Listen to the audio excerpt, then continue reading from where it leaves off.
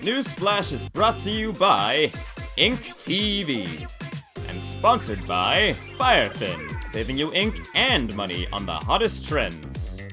I'm your host, Gingerbread. Welcome to NEWSplash, and let's dive right on into today's news.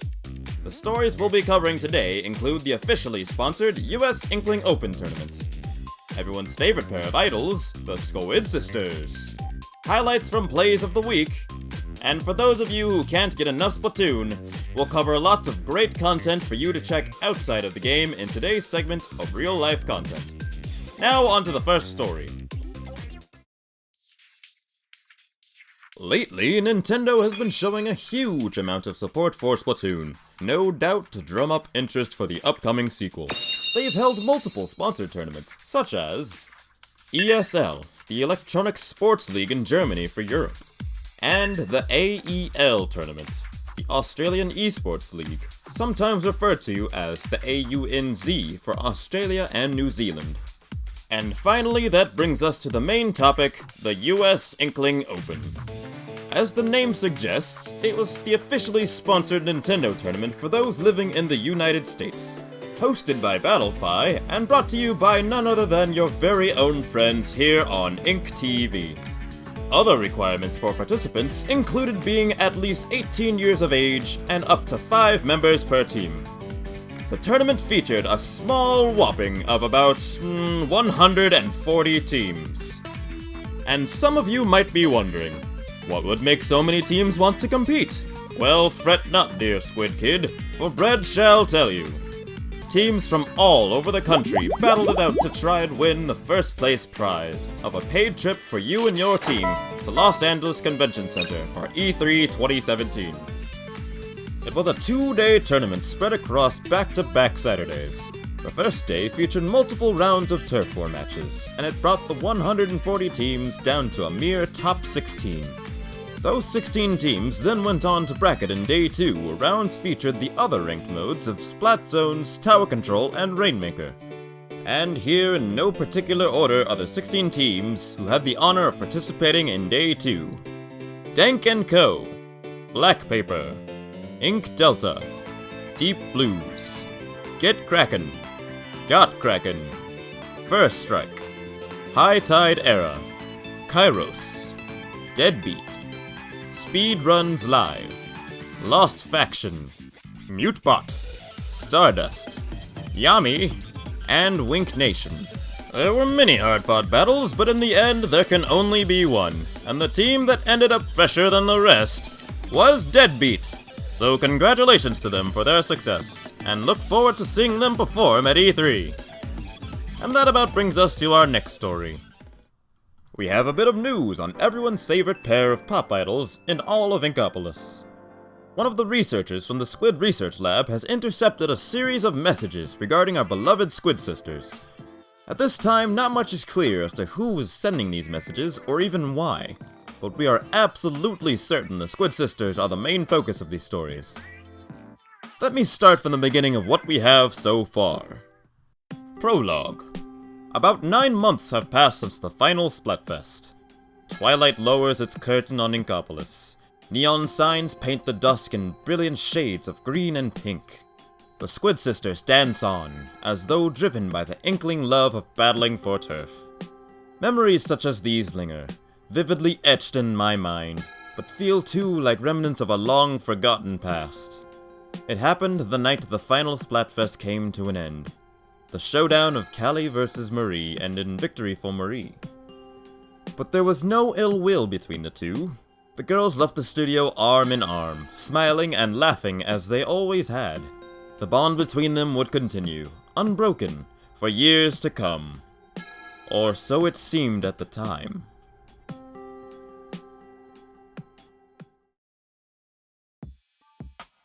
Chapter 1. The final Splatfest rocketed the Squid sisters to new heights of popularity. Callie and Marie went from mere Inkopolis idols to the biggest stars in Inkling society, seemingly overnight. Their days became filled, from dawn to dusk, with the duties of this newfound fame. Callie and Marie still lived in the first apartment they rented upon moving to Inkopolis. it had all happened naturally when they'd first arrived. Being roommates made adjusting to city life easier, and besides, the two had been inseparable since they were young. But even after their finances had stabilized and they'd gotten used to the bustle of Inkopolis, they never gave a thought to living apart. They were always together, both at work and at play. After releasing their first solo recordings, though, their work began to take them down separate paths more frequently. Callie, true to her outgoing nature, began to make guest appearances on variety shows. Filming would often continue late into the night, and many days she didn't return home at all. Marie received critical praise for her recording of Tide Goes Out, and became a frequent guest on music shows, in addition to performing live concerts on her own. Up to this point, whether heading out for the day or coming home at night, the two had always been together. Now, though, their different schedules meant they didn't see each other as often, even on their days off. They spent more and more time apart with each passing day. Chapter 2. Marie was home alone. She'd gotten a day off, but with theater rehearsals starting up next month, she knew life would be returning quickly to its frantic pace. Chances to relax at home like this would soon become few and far between.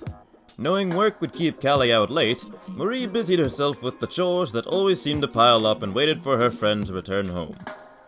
At times like this, Marie's thoughts always seemed to drift. How had Callie truly felt when the results of the final Splatfest had been announced? She seemed disappointed, of course, but that was just because she'd lost, right? Or was she actually jealous of my rising popularity?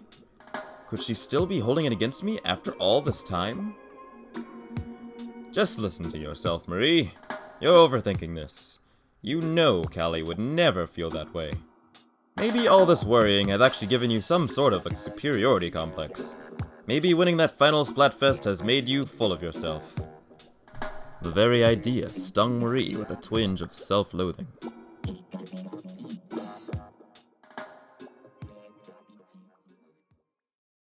Coming up next will be a segment featuring some plays of the week, followed by a batch of RLC. But first, a quick commercial break and message from our sponsor, so be sure to stay tuned and stay fresh.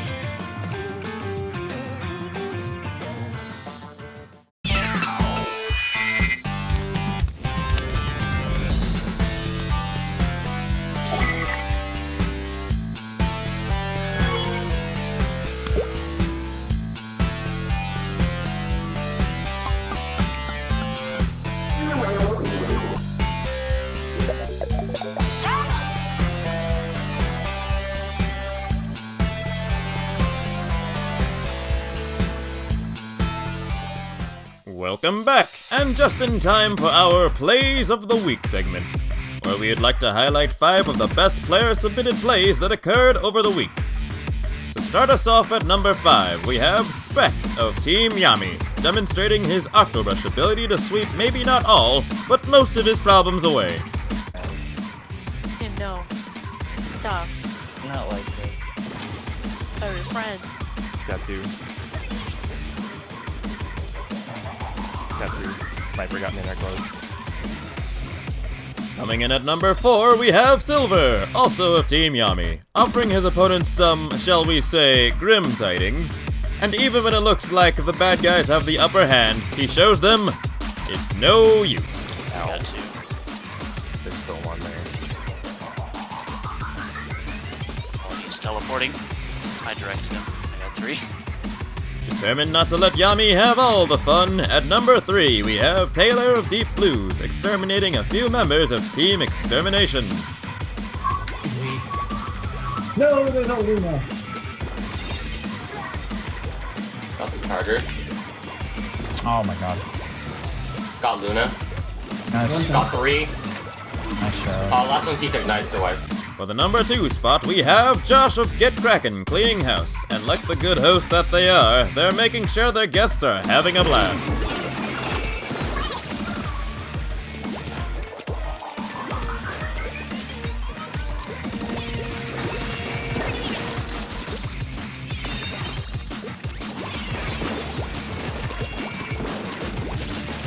And coming in at play number 1, surprise, surprise, it's Zero, yet another member of Team Yami. and he's kind enough to give us all a clutch lesson in counting. Still hanging back, I still have Zuka. Oh, Lunadami. Well, I guess I gotta get a triple with Zuka. Got 1, you got 2, you got 3. There you go. There you go. What? Oh, got a quad. Yes, I got a guy. You want to have your own chance to shine in the spotlight? Then be sure to follow us on Twitter at InkTV Splat and tweet at us a clip of your highlight with the phrase Splat of the Week to possibly be featured at the top 5 play of the week. And our last section will cover real-life content. Going over to GameGuyDIY's channel, he gives a nice step-by-step tutorial on how you can make your very own suction bomb. Pretty sure it won't explode, I think. For some Splatoon animated goodness, Chris Eisner shows off the greatest weapon in Splatoon you've probably never heard about, and for very good reason. Did you know that apparently Zinc Mini Splatling users have feelings? Well, GaoGaiKing decided to dub axl-fox's original comic showing a heartfelt tale of loyalty and friendship. Caution, may contain squid bagging. This next bit of RLC once again features the dub work of GaoGaiKing, but this time lending his voice work to Tamarinfrog's Heroes of Inkopolis series. She adapts the main story of the game, but gives a nice reason for the Hero Roller and Hero Charger. And I have one final bit of RLC for you all. You can watch another of InkTV's programs called Beyond the Ink that has interviews featuring various players, and it's all about getting to know their real personalities. Did you know that InkTV has a bi-weekly podcast called InkRADIO over on Twitch? It discusses various topics about the game and the community, and we just put out our 3rd episode, so go check it out. Links will be included down below, as well as links to everything else covered in the rest of today's stories. That's about all the time we have for today's episode of NEWSplash, but be sure to like and subscribe here, as well as follow us on both Twitch and Twitter to stay up to date on all of our content. Thanks for watching, and see you next time. This is Bread signing out.